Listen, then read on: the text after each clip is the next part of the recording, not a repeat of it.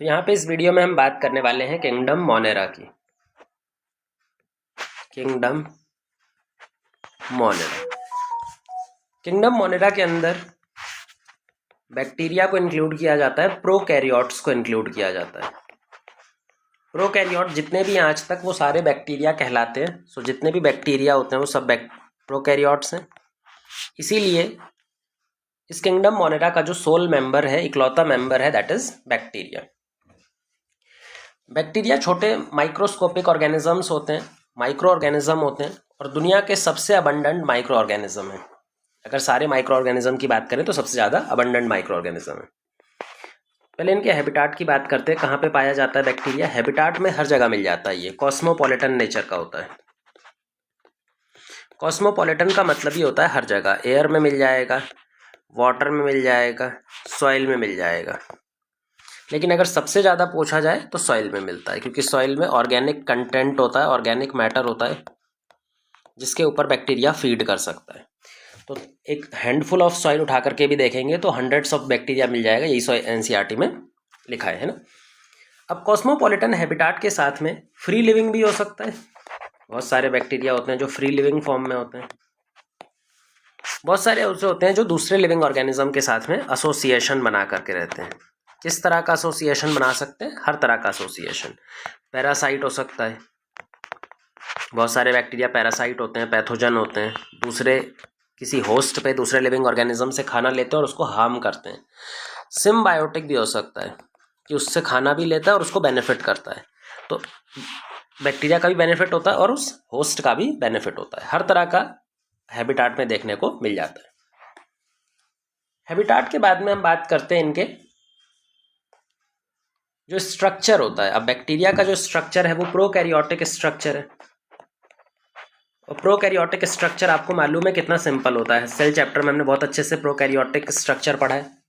खाली उनके पास में एक सेल वॉल होती है, सेल एनवेलप होता है और अंदर तो कोई ऑर्गेनेल होता नहीं है, सिर्फ राइबोसोम होता है। तो बहुत ज़्यादा कुछ स्ट्रक्चर में याद करने की ज़रूरत नहीं होती है।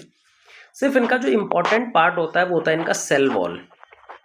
सेल वॉल की वजह से इनको एक स्पेसिफिक शेप मिलता है और स्पेसिफिक शेप की वजह से कुछ डिफाइंड शेप में बैक्टीरिया देखने को मिलते हैं।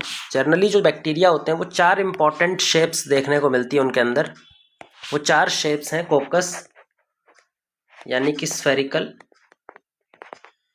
इस टाइप का बैक्टीरिया; बेसिलस यानी रॉड शेप का बैक्टीरिया, इस टाइप का बैक्टीरिया; स्पाइरल, स्पाइरिलम जो स्पाइरल शेप का रहेगा; और विब्रियम जो कॉमा शेप का रहता है, कुछ इस तरह का, है ना। तो ये चारों शेप किसकी वजह से? उनकी सेल वॉल की वजह से। बाकी इसके शेप में हमें सिंपल स्ट्रक्चर देखने को मिलता है। प्रोकैरियोटिक स्ट्रक्चर है, कोई बहुत इंपॉर्टेंट स्ट्रक्चर नहीं होता। फ्लैजेला की बात करें तो मोटाइल और नॉन मोटाइल दोनों तरह के बैक्टीरिया होते हैं। मोटाइल बैक्टीरिया भी मिलते हैं हमें और नॉन मोटाइल बैक्टीरिया दोनों मिल जाते हैं। मोटाइल बैक्टीरिया होगा तो फ्लैजेला होगा उसके पास में, और नॉन मोटाइल होगा तो फ्लैजेला नहीं होता। फ्लैजेला बना होता है फ्लैजेलिन प्रोटीन का। बैक्टीरिया का फ्लैजेला हमारे से अलग प्रोटीन से बना होता है, फ्लैजेलिन प्रोटीन से, हमारा ट्यूबुलिन प्रोटीन से बना होता है। अब ये तो बैक्टीरिया के स्ट्रक्चर की बात है, कुछ खास डिस्कस करने वाला रहता नहीं है। मेन इसमें आता है मेटाबॉलिज्म। जो बैक्टीरिया का मेटाबॉलिज्म है, मेटाबॉलिज्म यानी कि जो केमिकल रिएक्शन की डाइवर्सिटी होती है, जो उनकी बॉडी के अंदर में केमिकल रिएक्शंस चल रही होती हैं, अगर हम उसकी डाइवर्सिटी को लेकर के बात करें तो बैक्टीरिया की मेटाबॉलिक डाइवर्सिटी सबसे ज़्यादा होती है। पूरे ऑर्गेनिज्म वर्ल्ड में हाईएस्ट मेटाबॉलिक डाइवर्सिटी। अगर सारे ऑर्गेनिज्म में भी कंपेयर करोगे तो सबसे ज़्यादा मेटाबॉलिक डाइवर्सिटी बैक्टीरिया के अंदर ला करके दिखाई पड़ती है। मेटाबॉलिक डाइवर्सिटी का मतलब यही है, केमिकल रिएक्शंस जो हैं वो डिफरेंट टाइप की ऑपरेट करती हैं। मेटाबॉलिक रिएक्शंस को समझने के लिए हम इसके लाइफ प्रोसेस को समझेंगे कि भाई बैक्टीरिया जिंदा रहने के लिए क्या क्या एक्टिविटीज़ परफॉर्म करता है, कौन कौन से फंक्शन करता है। अब उनके अंदर वो किस तरह की मेटाबॉलिक रिएक्शन शो करता है उसमें समझ में आ जाएगा, जिसके अंदर में हम इसका न्यूट्रिशन मतलब कोई ऑर्गेनिज्म अपना खाना कैसे ऑब्टेन करता है। न्यूट्रिशन के बाद में रेस्पायरेशन, खाना खाने के बाद में हम क्या करते हैं, खाने को तोड़ के एनर्जी ऑब्टेन करते हैं, तो रेस्पायरेशन चाहिए होगा। रिप्रोडक्शन, एनर्जी ऑब्टेन करके उसको करना क्या, अपना सर्वाइवल, और दूसरा रिप्रोडक्शन। एक इम्पॉर्टेंट स्टेप और होता है नाइट्रोजन फिक्सेशन, जो बैक्टीरिया का एक्सक्लूसिव है, बैक्टीरिया के अलावा और कोई नहीं कर सकता। बाकी ये 3 काम तो हर ऑर्गेनिज्म करता है, बैक्टीरिया कैसे करता है हम उसकी बात करेंगे। पहले स्टार्ट करते हैं न्यूट्रिशन से। तो पहले हमें पता होना चाहिए कि न्यूट्रिशन होता है क्या बेटा। न्यूट्रिशन मतलब कोई भी ऑर्गेनिज्म फूड या फिर ऑर्गेनिक कंटेंट, आप अपनी बॉडी में जो ऑर्गेनिक कंटेंट है जैसे ग्लूकोज हो गया, उस ग्लूकोज को कैसे ऑब्टेन करते हैं, उसको कहाँ से ऑब्टेन करते हैं। तो ऑर्गेनिक मैटर को ऑब्टेन करने के 2 ही तरीके हैं।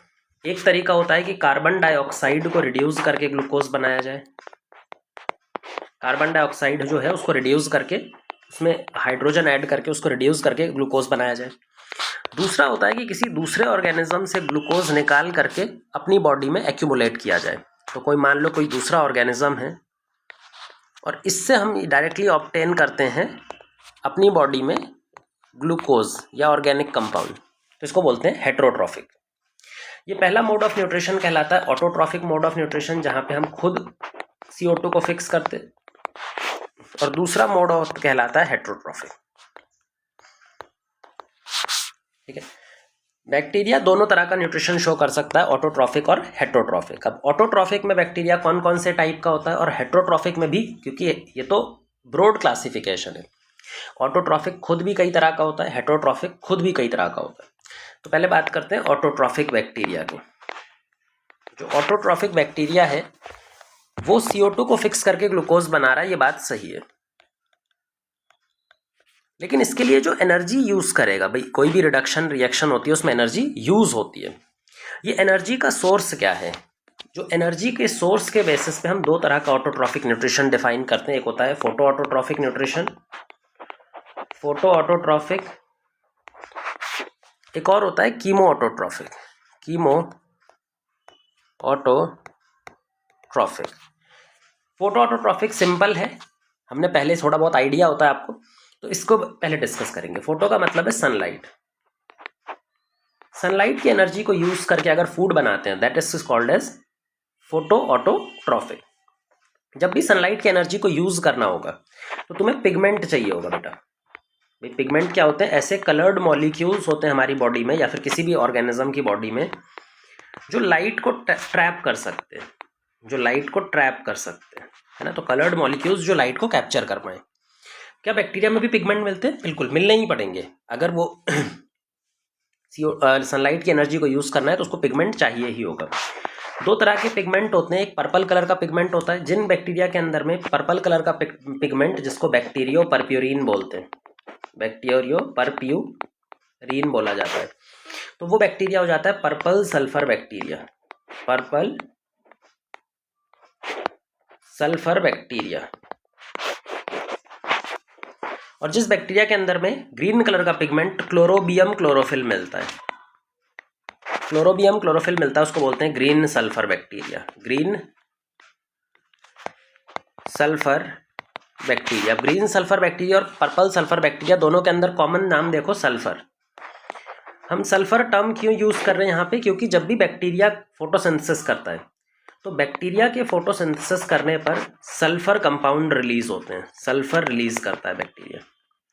जैसे प्लांट होते हैं वो क्या रिलीज करते हैं, ऑक्सीजन, लेकिन बैक्टीरिया कभी भी ऑक्सीजन रिलीज नहीं कर सकता क्योंकि बैक्टीरिया के पास में क्लोरोफिल ए नहीं है।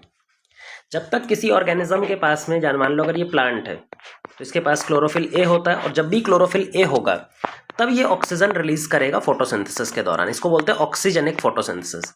लेकिन बैक्टीरिया हमेशा नॉन ऑक्सीजेनिक फोटोसिंथेसिस करता है क्योंकि बैक्टीरिया के पास क्लोरोफिल ए नहीं है, क्लोरोबियम क्लोरोफिल होता है या फिर बैक्टीरियो परप्यूरिन होता है, तो इसीलिए इनको सल्फर बैक्टीरिया बोला जाता है।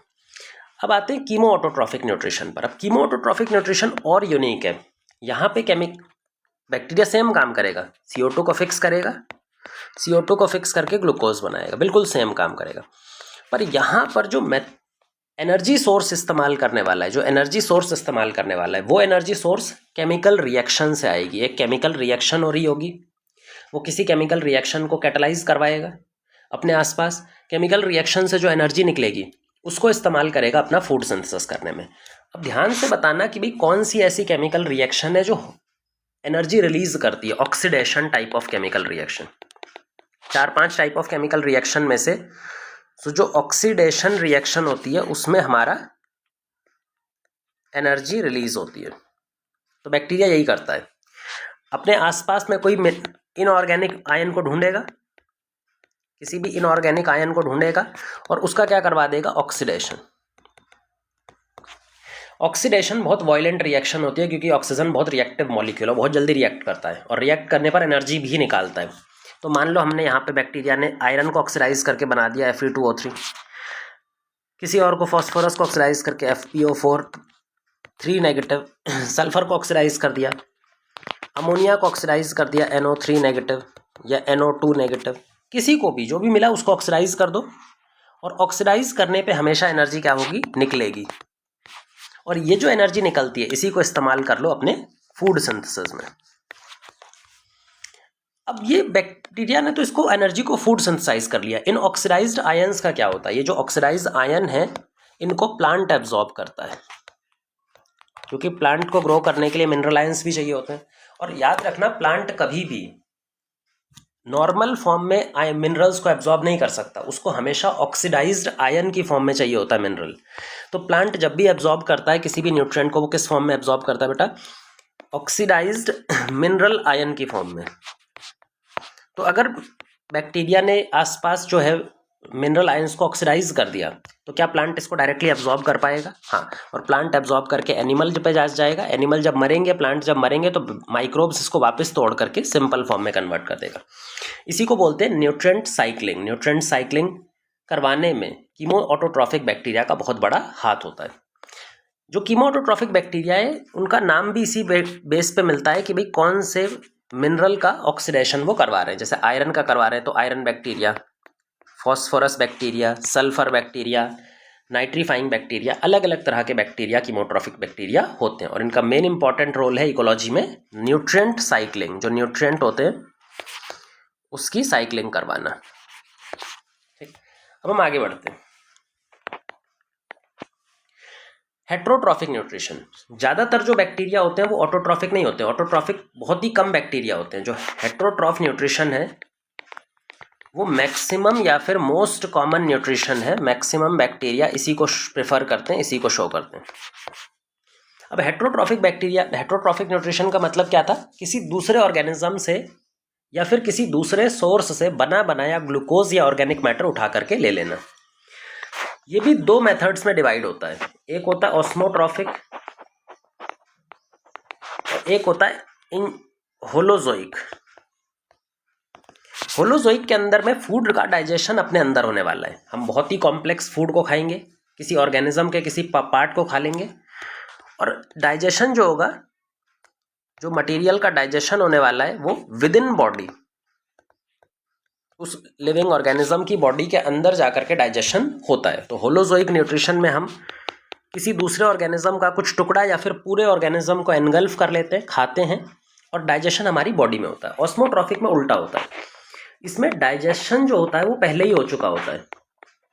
डाइजेशन आउटसाइड बॉडी, बॉडी के बाहर डाइजेशन होगा और डाइजेशन होने के बाद जो सिंपल फूड है, जो सिंपल फॉर्म है, डाइजेशन होने के बाद में सिंपल फॉर्म बनती है, उसको हम डायरेक्टली एब्जॉर्ब कर लेता है। जो बैक्टीरिया या फिर ऑर्गेनिज्म है वो डायरेक्टली एब्जॉर्ब कर लेगा। तो होलोजोइक में खाना पड़ता है और डाइजेशन बॉडी के अंदर होता है, और ऑस्मोट्रॉफिक में बना बनाया फूड बाहर से डायरेक्ट एब्जॉर्ब कर लो। बैक्टीरिया के अंदर में होलोजोइक न्यूट्रिशन नहीं मिल सकता। होलोजोइक न्यूट्रिशन किसी भी उस ऑर्गेनिज्म में नहीं मिल सकता जिसके पास सेल वॉल होती है, और बैक्टीरिया के पास सेल वॉल होती है तो उसके में भी कभी भी होलोजोइक न्यूट्रिशन नहीं मिलेगा। अब ऑस्मोट्रॉफिक में भी 3 तरह के न्यूट्रिशन होते हैं। ऑस्मोट्रॉफिक में पहला है पैरासिटिक, सिम्बायोटिक और सेप्रोट्रॉफिक। क्या होता है पैरासिटिक? पैरासिटिक बैक्टीरिया जो होगा वो किसी लिविंग होस्ट के ऊपर रहेगा या उसके अंदर रहेगा। ये बैक्टीरिया है और ये होस्ट है। जो बैक्टीरिया है वो अपना खाना किससे लेगा? होस्ट से, और होस्ट को नुकसान भी करेगा। बैक्टीरिया का फायदा होगा और होस्ट का नुकसान होना चाहिए। सिम्बायोटिक में देखो यहाँ पर भी बैक्टीरिया होगा और एक होस्ट होगा। लेकिन यहाँ पर दोनों का फायदा होगा, बैक्टीरिया इससे खाना लेगा तो ये बैक्टीरिया इसको कुछ ना कुछ देता है, तो इसको बोलते हैं सिम्बायोटिक। लेकिन डाइजेशन तो होस्ट कर रहा है, इसमें भी डाइजेशन होस्ट कर रहा है, बैक्टीरिया तो एब्जॉर्ब कर रहा है। सेप्रोफाइट थोड़ा सा अलग हो जाता है। सेप्रोट्रोफ्स या सेप्रोफाइट्स जो होते हैं, यहाँ पे सड़ा गला ऑर्गेनिक मैटर प्रेजेंट होता है। मान लो कोई डेड बॉडी प्रेजेंट है, डेड ऑर्गेनिक मैटर प्रेजेंट है, डेड ऑर्गेनिक मैटर, इस डेड ऑर्गेनिक मैटर पे ये ऑर्गेनिज्म ग्रो करेगा, अपनी बॉडी के जो एंजाइम है, डाइजेस्टिव एंजाइम, उसको बाहर रिलीज करेगा। तो डाइजेस्टिव एंजाइम को बाहर रिलीज करेगा बॉडी के। ये डाइजेस्टिव एंजाइम कहाँ पे काम करेंगे? इस ऑर्गेनिक मैटर पे, जो डेड ऑर्गेनिक मैटर पे इस पे काम करेंगे, इसको सिंप्लीफाइड फॉर्म में कन्वर्ट करेंगे। जब ये एक बार सिंपल फॉर्म में कन्वर्ट हो जाएगा तो इसको डायरेक्ट एब्जॉर्ब कर लेगा सेप्रोट्रोफ। यहाँ पर ध्यान से देखो तो ये खुद डाइजेशन कर रहा है, लेकिन कहाँ पे? बॉडी के बाहर, अपने एंजाइम बाहर रिलीज कर देता है। डाइजेशन होने के बाद में सिंपल कंपाउंड को डायरेक्टली एब्जॉर्ब कर लेगा। तो ये बात हो गई हमारे बैक्टीरिया के अंदर तीनों तरह का ऑस्मोट्रॉफिक न्यूट्रिशन मिल जाता है। बहुत सारे बैक्टीरिया पैरासाइट होते हैं, सिम्बायोट होते हैं, बहुत सारे सेप्रोट्रोफ की तरह भी ग्रो कर रहे होते हैं। तो ये बैक्टीरिया का न्यूट्रिशन हो गया। न्यूट्रिशन के बाद में अब हम चलते हैं बैक्टीरिया का रेस्पिरेशन। भाई कभी भी जब हम फूड खाते हैं तो फूड खाने का मेन पर्पस क्या होता है? भाई फूड का मेन पर्पस है एनर्जी प्रोवाइड करना, या फिर एनर्जी मतलब एटीपी प्रोवाइड करना। जो हमारे सेल को एटीपी चाहिए होता है किसी भी फंक्शन को परफॉर्म करने के लिए। फूड से एटीपी निकालना, फूड यानी मान लो ग्लूकोज, ऑर्गेनिक मैटर, इससे हम एटीपी कैसे निकालेंगे? तो हमें अब रिवर्स करना है ऑटोट्रॉफिक न्यूट्रिशन का। हमने फूड बनाते टाइम CO2 को रिड्यूस किया था, एनर्जी लगाई थी, अब की बार उल्टा कर दो, इसको ऑक्सीडाइज कर दो, तो क्या बन जाएगा? CO2 और H2O। और एनर्जी यहाँ पे निकलेगी, ये एनर्जी निकलेगी, इसी एनर्जी को कन्वर्ट कर लो एटीपी की फॉर्म में। तो क्या ये रेस्पिरेशन हो गया? हमारा काम हो गया। फूड से हमने क्या बना लिया? एटीपी बना लिया। इसी को बोलते हैं रेस्पिरेशन। रेस्पिरेशन खुद दो तरह का होता है, एरोबिक और एनारोबिक। एक होता है एरोबिक जो ऑक्सीजन की प्रेजेंस में होता है, और एक होता है एनारोबिक जो विदाउट ऑक्सीजन होता है, ऑक्सीजन की प्रेजेंस में होता है, और एक होता है विदाउट ऑक्सीजन। याद रखेंगे ज़्यादा एफिशिएंट एरोबिक रेस्पिरेशन होता है, कम एफिशिएंट एनारोबिक होता है, क्योंकि एरोबिक में ऑक्सीजन इस्तेमाल कर रहे हो तो पूरा फूड ऑक्सीडाइज हो जाएगा, वो पूरा का पूरा CO2 में कन्वर्ट हो जाएगा। जो एरोबिक रेस्पिरेशन होता है ये भी दो तरह का होता है, और जो एनारोबिक होता है ये भी दो तरह का होता है। एरोबिक जो होता है वो ऑब्लिगेट या स्ट्रिक्ट, ऑब्लिगेट या फिर हम बोलें स्ट्रिक्ट एरोब। दूसरे होते हैं फैकल्टेटिव। फैकल्टेटिव का मतलब होता है ऑप्शनल, ऑप्शनल एरोब। तो एरोब बैक्टीरिया दो तरह के होते हैं, ऑब्लिगेट एरोब या फिर फैकल्टेटिव एरोब। एनारोब भी दो तरह का होता है, ऑब्लिगेट और फैकल्टेटिव एनारोब। मतलब क्या होता है समझ लेना। देखो जैसा हमने बताया अभी, ऑब्लिगेट एनारोब स्ट्रिक्ट एरोब है, मतलब इसके पास में सिर्फ वही एंजाइम है जो ऑक्सीजन की प्रेजेंस में काम करते हैं। जैसे ही ऑक्सीजन खत्म होता है मर जाएगा। ये can only survive in oxygen, ये ऑक्सीजन के बिना मर जाएगा। ऑब्लिगेट एनारोब के पास में ऐसे एंजाइम हैं जो ऑक्सीजन सेंसिटिव हैं, मतलब ये सिर्फ और सिर्फ किसमें ग्रो कर सकता है? एनारोबिक कंडीशन में। जैसे ही हम इसको ऑक्सीजन दे देंगे तो ये इसके जो एंजाइम है वो ऑक्सीजन सेंसिटिव है, खराब हो जाएंगे, डैमेज हो जाएंगे, और जैसे ही रेस्पिरेटरी एंजाइम डैमेज होंगे क्या होगा? अल्टीमेटली ऑर्गेनिज्म मर जाएगा। तो ध्यान से समझो, जो ऑब्लिगेट एरोब है ये सिर्फ एरोबिक कंडीशन में जिएगा, एनारोबिक कंडीशन में मर जाएगा। जैसे हम लोग भी इसका एक एग्जाम्पल है, जैसे ही ऑक्सीजन पूरी तरह से काट दी जाएगी हमारी डेथ हो जाएगी। ऑब्लिगेट एनारोब ऐसे एंजाइम है इसके पास में जो ऑक्सीजन सेंसिटिव हैं, जैसे ही ये ऑक्सीजन के कांटेक्ट में आएगा इसके एंजाइम खराब हो जाएंगे, रेस्पिरेशन नहीं कर पाएगा, और रेस्पिरेशन नहीं करेगा तो अल्टीमेटली मर ही जाएगा। बीच की कंडीशन फैकल्टेटिव एरोब और फैकल्टेटिव एनारोब होती है। फैकल्टेटिव एरोब क्या होता है कि जो नॉर्मली एनारोब होता है, नॉर्मली ये किस कंडीशन में रहता है? एनारोब कंडीशन में। लेकिन कई बार अगर इसको ऑप्शन मिले, अगर इसके पास में ऐसी कंडीशन आ जाए कि ऑक्सीजन प्रेजेंट है तो ये मरेगा नहीं, तो ये स्विच कर लेगा एरोबिक रेस्पिरेशन में। इसके पास दोनों तरह के एंजाइम होते हैं, लेकिन ज़्यादा एफिशिएंट एनारोबिक कंडीशन वाले एंजाइम होते हैं, तो ये नॉर्मली एनारोब की तरह ही बिहेव करता है। पर मान लो किसी ऐसी कंडीशन में ये फंस जाता है जहाँ पे ऑक्सीजन प्रेजेंट है, तो ये ऑक्सीजन की प्रेजेंस में मरेगा नहीं। इसके पास ऐसे एंजाइम भी हैं जो ऑक्सीजन की प्रेजेंस में एरोबिक रेस्पिरेशन करवाने लगेंगे। तो कुछ टाइम के लिए ये एरोबिक रेस्पिरेशन को स्विच कर लेगा, इसको बोलते हैं फैकल्टेटिव एरोब। नॉर्मली ये एनारोब है। इसका उल्टा होता है फैकल्टेटिव एनारोब। अब जैसा हमने वैसा उसमें बताया था फैकल्टेटिव एरोब, इसका उल्टा कर दो। फैकल्टेटिव एनारोब का मतलब है ऑप्शनल एनारोब। नॉर्मली ये कैसा रहेगा? एरोब, ऑक्सीजन की प्रेजेंस में ग्रो करेगा। लेकिन अगर ऑक्सीजन खत्म हो जाती है, ऑक्सीजन नहीं है, तो ये मरेगा नहीं। इसके पास ऐसे एंजाइम भी हैं जो एनारोबिक कंडीशन में भी सर्वाइव इसको करवा लेंगे, एनारोबिक कंडीशन में भी रेस्पिरेशन करवा लेंगे। तो ये होते हैं हमारे 4 टाइप के रेस्पिरेशन। मेन आपको एरोब और एनारोब में ही डिवाइड करना है, बाकी ये तीनों भी आप कर सकते हो। अब रेस्पिरेशन के बाद में जो तीसरा इंपॉर्टेंट प्रोसेस है जो कोई भी लिविंग ऑर्गेनिज्म अपने सर्वाइवल के लिए करता है, दैट इज रिप्रोडक्शन। रिप्रोडक्शन का मतलब क्या होता है? रिप्रोडक्शन का सिंपल सा मतलब है मल्टीप्लिकेशन। कोई ऑर्गेनिज्म अपने आप को कैसे मल्टीप्लाई करता है, कैसे अपना नंबर इंक्रीज करता है, वो हम यहाँ पर समझते हैं। रिप्रोडक्शन 2 तरह का होता है, एसेक्सुअल और सेक्सुअल।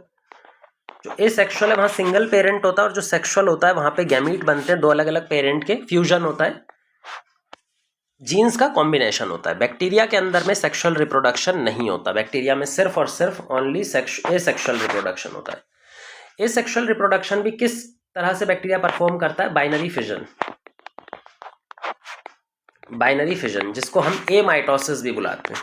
जब आपने सेल डिवीजन चैप्टर पढ़ा होगा तो उसमें ए माइटोसिस पढ़ा होगा। ए माइटोसिस या बाइनरी फिजन का कैरेक्टरिस्टिक फीचर है कि यहाँ पे स्पिंडल फाइबर नहीं बनते। जो स्पिंडल एपरेटस या फिर स्पिंडल फाइबर की बात करते हैं ना हम, माइटोटिक एपरेटस, वो नहीं बनते। तो अगर माइटोटिक एपरेटस नहीं बनते तो ये ए माइटोसिस बाइनरी फिजन कहलाता है। इसको डायरेक्ट डिवीजन भी बोलते हैं।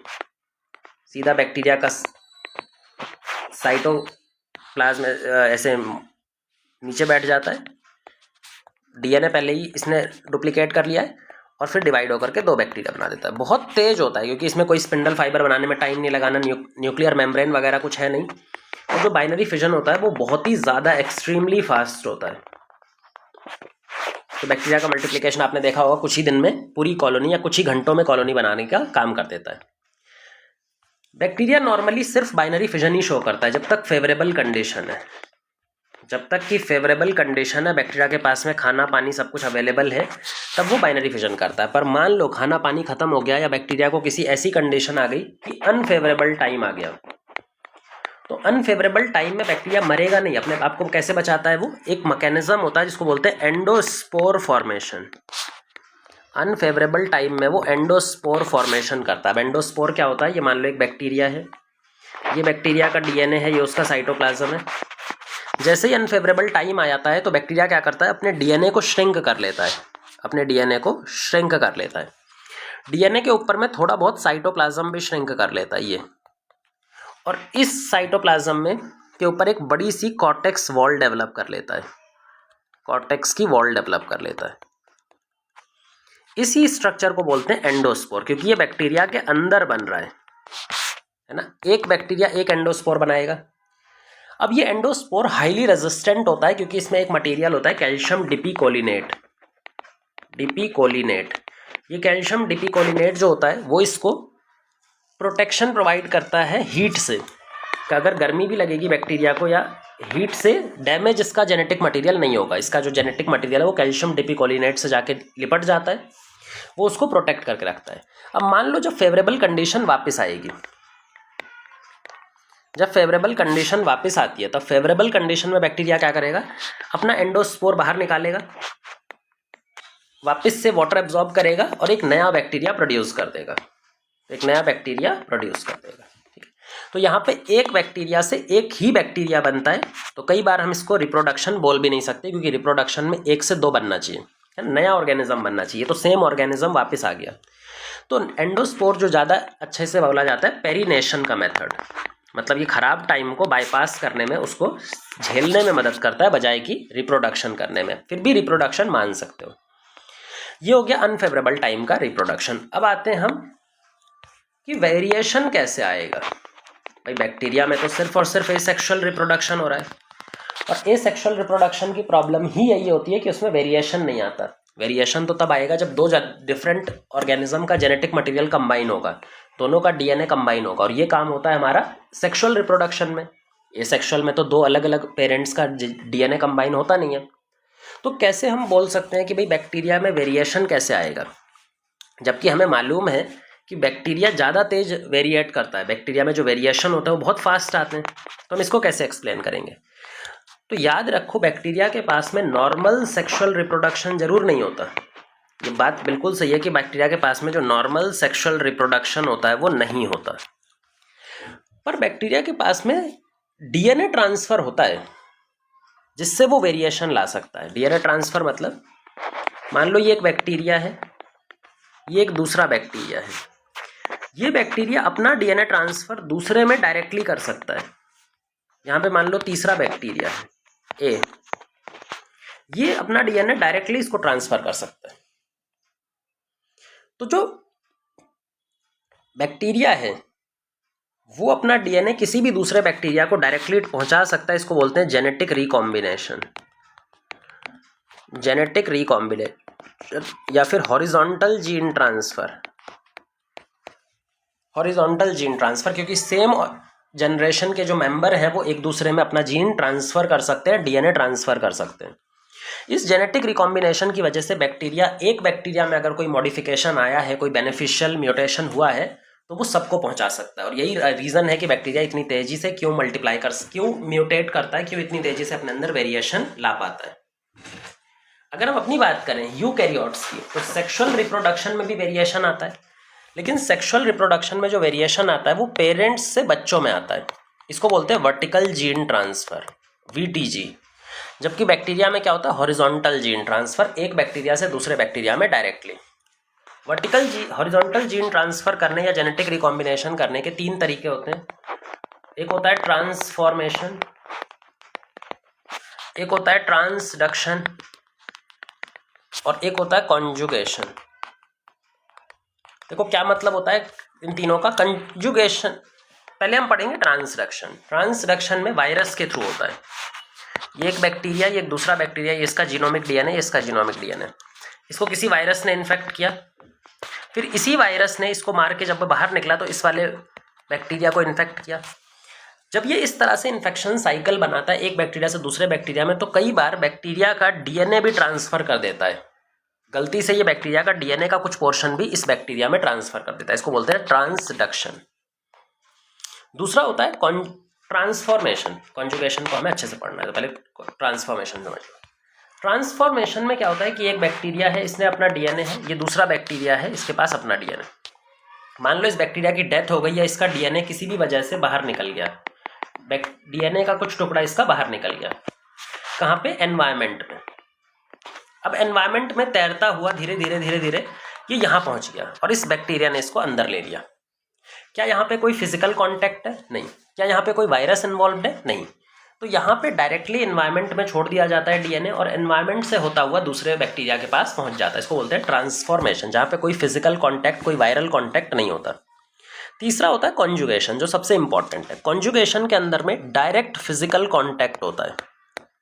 यहाँ पे 2 बैक्टीरिया आपस में चिपकेंगे, कॉन्टैक्ट। देखो, एक बैक्टीरिया आपने पढ़ा होगा जिसके अंदर में प्लाज्मिड मिलता है।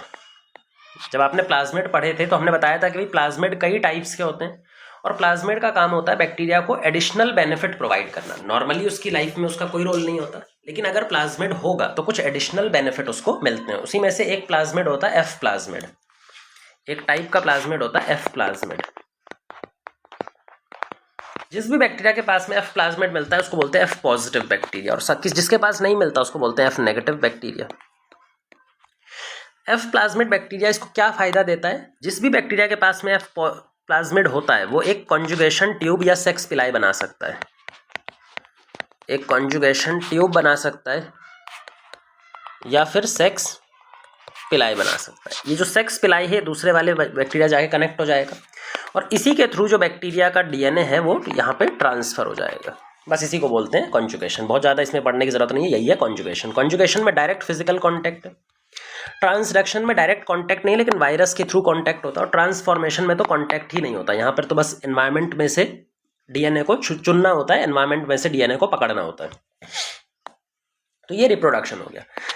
ये 3 काम जो आपने देखे अभी तक, तो आप ध्यान से देख सकते हैं कि बैक्टीरिया का मेटाबॉलिज्म कितना ज़्यादा डाइवर्स है। न्यूट्रिशन में देखो तो उसके पास में हर तरह का न्यूट्रिशन है, ऑटोट्रॉफिक, हेट्रोट्रॉफिक। ऑटोट्रॉफिक में तो photo autotrophic, chemo autotrophic. Photo autotrophic तो चलो प्लांट्स में भी प्रेजेंट होता है, बट कीमो ऑटोट्रॉफिक एक ऐसा न्यूट्रिशन है जो सिर्फ और सिर्फ बैक्टीरिया में देखने को मिलता है। रेस्पिरेशन में जाओ तो चारों तरह का रेस्पिरेशन मिलता है, facultative aerobe, facultative anaerobe, obligate aerobe, obligate anaerobe.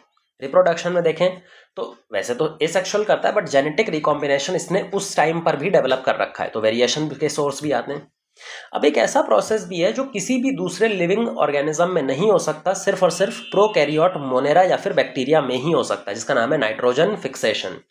तो नाइट्रोजन फिक्सेशन एक ऐसा काम है बैक्टीरिया का जो सिर्फ बैक्टीरिया करता है, that is called as N2 fixation. Nitrogen fixation का मतलब क्या है, पहले तो ये समझो, जो एयर में नाइट्रोजन है गैस की फॉर्म में, बहुत स्टेबल होती है, 3 कोवेलेंट बॉन्ड होते हैं उन दोनों के बीच में, उसको हमें कन्वर्ट करना है, रिड्यूस करना है, उसको हमें रिडक्शन करना है, और रिड्यूस करके क्या बनाना है, अमोनिया। इसी को बोलते हैं nitrogen fixation. Nitrogen fixation chemically भी की जा सकती है, जैसे हम हेबर्स प्रोसेस में भी ये करते हैं, और दूसरा बायोलॉजिकली भी की जा सकती है। बायोलॉजिकल नाइट्रोजन फिक्सेशन का मतलब है, nitrogen fixation, biological nitrogen fixation का मतलब होता है कि जब कोई लिविंग ऑर्गेनिज्म नाइट्रोजन को फिक्स कर रहा है, जैसे कि बैक्टीरिया, सिर्फ बैक्टीरिया ही कर सकता है, क्योंकि बैक्टीरिया के पास में एक एंजाइम होता है जो इस प्रोसेस को करवाने के लिए रिस्पॉन्सिबल है, डाइनाइट्रोजिनेज एंजाइम। ये जो डाइनाइट्रोजिनेज एंजाइम है, बिना इसके नाइट्रोजन फिक्सेशन नहीं हो सकता। और डाइनाइट्रोजिनेज एंजाइम सिर्फ और सिर्फ बैक्टीरिया के पास ही होता है। डाइनाइट्रोजिनेज के बारे में एक दो बातें पता कर लो कि ये ऑक्सीजन सेंसिटिव होता है। ऑक्सीजन सेंसिटिव होता है मतलब कि अगर इसको ऑक्सीजन के कांटेक्ट में ला दिया गया तो ये खराब हो जाएगा, फिर ये आगे फंक्शन नहीं कर पाएगा। अगर इसको डायरेक्ट ऑक्सीजन के कांटेक्ट में ला दिया जाएगा तो ये डैमेज हो जाएगा, तो इसको ऑक्सीजन से हमें प्रोटेक्ट करना रहता है। अब ऑक्सीजन से प्रोटेक्ट करने के अलग अलग मैकेनिज्म होते हैं। अब बात करते हैं नाइट्रोजन फिक्सेशन कैसे होता है। यहाँ पे हम हाइड्रोजन जोड़ते हैं और बना देते हैं अमोनिया, और डाइनाइट्रोजिनेज जो एंजाइम है वो यहाँ लगता है। पर ये जो प्रोसेस है ना, ये रिडक्शन प्रोसेस है, और रिडक्शन प्रोसेस आपको मालूम है, कभी भी किसी चीज़ का रिडक्शन करते हैं तो बहुत ज़्यादा एनर्जी लगानी पड़ती है। ऑक्सीडेशन में एनर्जी निकलती है और रिडक्शन में एनर्जी लगती है बहुत ज़्यादा। अब क्योंकि एनर्जी लगने वाली है यहाँ पर, तो बैक्टीरिया को बहुत सारी एनर्जी लगानी पड़ेगी, तो बैक्टीरिया का दिमाग खराब हो गया।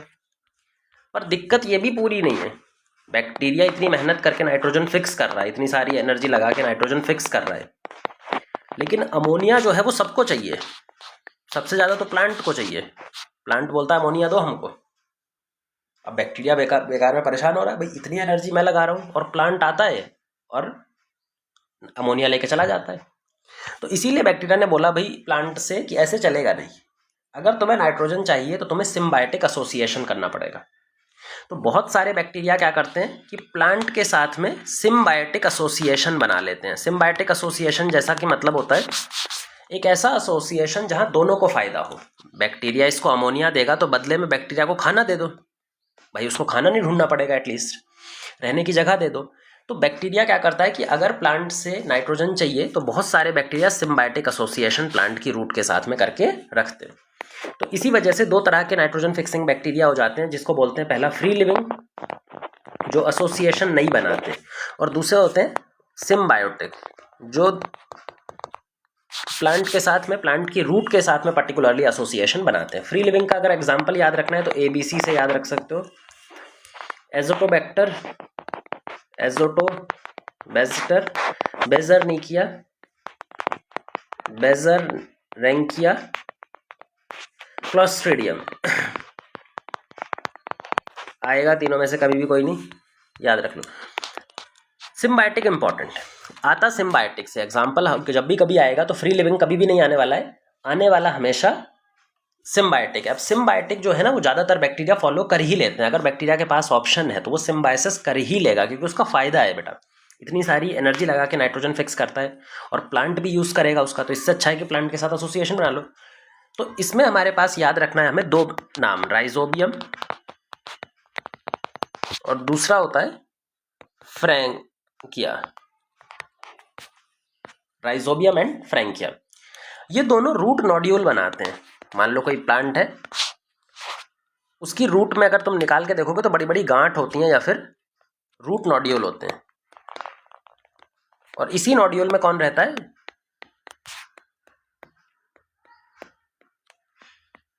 बैक्टीरिया, नाइट्रोजन फिक्सिंग बैक्टीरिया, जो नाइट्रोजन फिक्स करने वाला है। ठीक है, तो राइजोबियम भी रूट नोड्यूल बनाता है और फ्रैंकिया भी रूट नोड्यूल बनाता है, लेकिन अलग अलग तरह के प्लांट में। जो राइजोबियम रूट नोड्यूल बनाता है वो लेग्यूमिनस प्लांट, जो दलहन प्लांट होते हैं ना, दाल वाले प्लांट, जितनी भी दाल होती है सब लेग्यूमिनस में आती हैं। अभी फैमिली पढ़ोगे तो आ जाएगा उसमें। तो लेग्यूमिनस प्लांट की रूट में नोड्यूल बनाने का काम करता है राइजोबियम। लेकिन जो नॉन लेग्यूमिनस प्लांट है, जैसे एलनस, ये नॉन लेग्यूमिनस है, दूसरी फेबेसी में नहीं आता, लेग्यूमिनेसी में नहीं आता, तो वहाँ पे फ्रैंकिया नाम का बैक्टीरिया, वो भी रूट नोड्यूल बनाता है, वो भी नाइट्रोजन फिक्स करता है, पर वो फ्रैंकिया है। राइजोबियम के बारे में तो ये भी बात फेमस है कि भाई राइजोबियम तो ये मान के चलता है कि जब तक उसको सिम्बायोटिक एसोसिएशन नहीं मिलेगा वो नाइट्रोजन फिक्स नहीं करेगा। जब ये सिम्बायोटिक एसोसिएशन मान लो नहीं है, फ्री लिविंग है, तो उस टाइम पे ये नाइट्रोजन फिक्स ही नहीं करता, ये रिस्क ही नहीं लेता। और जैसे ही सिम्बायोटिक एसोसिएशन हो जाता है तब ये नाइट्रोजन फिक्स करना स्टार्ट करता है। तो ये बात हो गई बैक्टीरिया का एक स्पेशल मेटाबॉलिक रिएक्शन जिसको बोलते हैं नाइट्रोजन फिक्सेशन। किसी भी लिविंग ऑर्गेनिज्म, बैक्टीरिया के अलावा दूसरे किसी भी लिविंग ऑर्गेनिज्म के पास में इतनी ताकत नहीं है कि वो नाइट्रोजन फिक्स कर दे, क्योंकि एंजाइम उसके पास होता ही नहीं है। डाइनाइट्रोजनेज एंजाइम सिर्फ बैक्टीरिया के पास होता है। अब हम बात करने वाले हैं बैक्टीरिया का क्लासिफिकेशन। बैक्टीरिया को हम दो तरह से क्लासीफाई करते हैं। एक होता है आर्कीबैक्टीरिया, प्रिमिटिव बैक्टीरिया, जो सबसे पुराने बैक्टीरिया हैं, धरती पर पहले आए थे, और यू बैक्टीरिया, जो टिपिकल बैक्टीरिया हैं, ट्रू बैक्टीरिया हैं। आर्कीबैक्टीरिया की पहले बात करने वाले हैं। प्रिमिटिव बैक्टीरिया इतने पुराने बैक्टीरिया हैं कि इनको ओल्डेस्ट लिविंग फॉसिल बोलते हैं। लिविंग फॉसिल माने कि जो बहुत पुराने टाइम से जिंदा है और जिसमें बहुत ज़्यादा चेंज भी नहीं आया है। तो बहुत सारे लिविंग फॉसिल हैं, लेकिन सबसे पुराना लिविंग फॉसिल आर्कीबैक्टीरिया होता है। आर्कीबैक्टीरिया की पहचान ये होती है कि इसकी सेल वॉल पेप्टिडोग्लाइकन की नहीं बनी होती। जैसे बैक्टीरिया का तो कैरेक्टरिस्टिक फीचर ही यही होता है कि उसकी सेल वॉल पेप्टिडोग्लाइकन की बनी होती है, बट इसकी पेप्टिडोग्लाइकन की ना बन करके स्यूडो पेप्टिडोग्लाइकन की बनी होती है, या फिर स्यूडो म्यूरिन। जैसे पेप्टिडोग्लाइकन को हम म्यूरिन बोलते हैं, पेप्टिडोग्लाइकन का दूसरा नाम म्यूरिन होता है, ऐसे ही इसका नाम स्यूडो म्यूरिन होता है और स्यूडो पेप्टिडोग्लाइकन। अब हम बात करते हैं आर्कीबैक्टीरिया का जो इम्पोर्टेंट पॉइंट है। आर्कीबैक्टीरिया आज के टाइम पर जो दुनिया के सबसे हार्श हैबिटाट हैं वहाँ पर पाए जाते हैं, क्योंकि आर्कीबैक्टीरिया दुनिया में सबसे पहले आया था। अर्थ पर जो सबसे पहले इवॉल्व हुआ था बैक्टीरिया, वो आर्कीबैक्टीरिया। क्योंकि आर्कीबैक्टीरिया उस टाइम पर आया था जब अर्थ का हैबिटाट बहुत ज़्यादा फ्लक्चुएटिंग था, लगातार वॉल्केनोज फटते थे, टेम्परेचर बहुत ज़्यादा था, पानी बहुत कम था, जो गैस वगैरह थी वो टॉक्सिक गैस प्रेजेंट थी। तो उस टाइम का बचा हुआ बैक्टीरिया जब आज के टाइम पे यहाँ पे हम देखेंगे तो वो उन्हीं कंडीशन में पाया जाएगा जो उस टाइम की कंडीशन को रिजेंबल करती हैं। तो जो दुनिया में आज सबसे हार्श कंडीशन है, जहाँ पे कोई नहीं जाना चाहता, वहाँ पे आर्कीबैक्टीरिया मिल जाएगा। तो आर्कीबैक्टीरिया की टोटल 3 क्लास होती हैं, 3 ग्रुप्स होते हैं आर्कीबैक्टीरिया, जो अलग अलग जगह पे हार्शेस्ट एनवायरनमेंट में पाए जाते हैं। अच्छा, ये हार्शेस्ट एनवायरनमेंट में क्यों सर्वाइव कर सकते हैं? क्योंकि इनके पास एक इम्पॉर्टेंट डेवलपमेंट होता है। क्या रीज़न है कि ये हार्श एनवायरनमेंट में बहुत अच्छे से सर्वाइव कर लेते हैं, जहाँ कोई दूसरा लिविंग ऑर्गेनिज्म सर्वाइव करने की हिम्मत नहीं जुटा सकता? तो इनका जो सेल वॉल है उसका नेचर यूनिक होता है, वो स्टेबल नेचर का होता है, जल्दी से नहीं टूटता। दूसरा, इसका सेल मेम्ब्रेन वो भी बहुत यूनिक होता है। जो सेल मेम्ब्रेन होती है ना, वो मोनोलेयर होती है। अभी तक हमने बायलेयर पढ़ाई थी, हमने ऐसे बनाते थे अभी तक हम, इसमें ऐसा नहीं होता, इसमें मोनोलेयर, ये दोनों आपस में जुड़ी हुई रहती है, तो ये मोनोलेयर बनती है।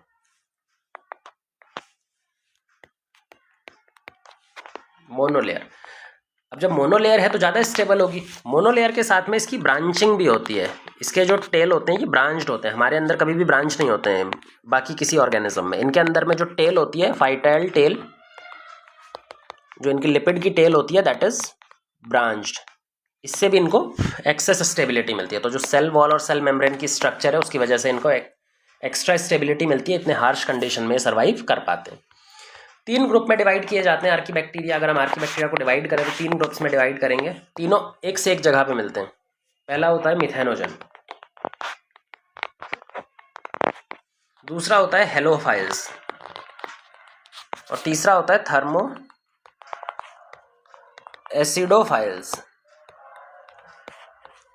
Methanogens, halophiles and thermo acidophiles. Methanogens जो है वो मार्शी एरियाज में मिलते हैं, इसीलिए इनका नाम भी पड़ा हुआ है मिथेनोजेंस, मार्शी एरियाज। एक एग्जांपल इसका है गट ऑफ रूमिनेंट एनिमल्स। जो रूमिनेंट एनिमल्स होते हैं, जो कैटल होते हैं, गाय भैंस, उनके गट में यानी र्यूमन में, गाय भैंसों का गट बहुत बड़ा होता है, उनका डाइजेस्टिव ट्रैक्ट बहुत बड़ा होता है, क्योंकि उनको सेलुलोज को डाइजेस्ट करना होता है और सेलुलोज जल्दी से डाइजेस्ट नहीं होता। तो सेलुलोज को डाइजेस्ट करने के लिए उनके जो र्यूमन होता है, उसका एक पार्ट होता है गैस्ट्रोइंटेस्टिनल ट्रैक्ट का, उस र्यूमन में क्या पाए जाते हैं? मिथेनोजेंस। मिथेनोजेंस क्या करते हैं? उनके गट में मीथेन प्रोड्यूस करते हैं, सेलुलोज का डाइजेशन करते हैं और सेलुलोज का डाइजेशन करके मीथेन प्रोड्यूस कर रहे होते हैं। इसीलिए जब गोबर हम निकालते हैं तो उससे गोबर गैस निकाली जा सकती है, क्योंकि उनके गोबर में भी ये पाए जाते हैं। ये जो बैक्टीरिया है ये ऑब्लिगेट एनारोब है, दिस इज ऑब्लिगेट एनारोब,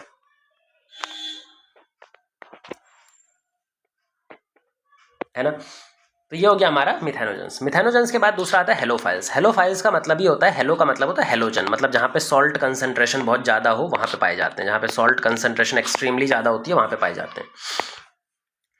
ये जो हेलोफाइल्स होते हैं ये ऑब्लिगेट एनारोब होते हैं, सॉरी ऑब्लिगेट बोल रहा हूँ, फैकल्टेटिव एनारोब, फैकल्टेटिव एनारोब होते हैं और हेट्रोट्रॉफिक होते हैं। लास्ट होता है थर्मो एसिडोफिल्स। अब जैसा इसका नाम सजेस्ट कर रहा है, थर्मो मतलब बहुत हाई टेम्परेचर पे मिलेगा और एसिड मतलब जहाँ पे एसिडिक टेम्परेचर भी ज़्यादा होगा और पीएच कम होगा, एसिडिक नेचर होगा। जनरली सल्फर स्प्रिंग में मिलता है। सल्फर स्प्रिंग ऐसी जगह होती है जहाँ पे पानी से SO2 निकल रहा होता है और SO2 पानी के साथ कंबाइन होकर H2SO4 बना लेता है। तो ऐसे वाटर जो होता है वो गर्म भी होता है, लावा नीचे रहता है, हॉट भी रहेगा और एसिडिक भी रहेगा। तो यहाँ पे ये मिल जाते हैं जो बाकी कोई भी ऑर्गेनिज्म यहाँ ग्रो करना नहीं चाहता। तो ये बात हो गई हमारे आर्की बैक्टीरिया की। दूसरा बैक्टीरिया होता है यू बैक्टीरिया, जिसमें हम पढ़ेंगे साइनोबैक्टीरिया, जिसको ब्लू ग्रीन एल्गी भी बोलते हैं, और माइकोप्लाज्मा। ये अगले वीडियो में हम देखने वाले हैं।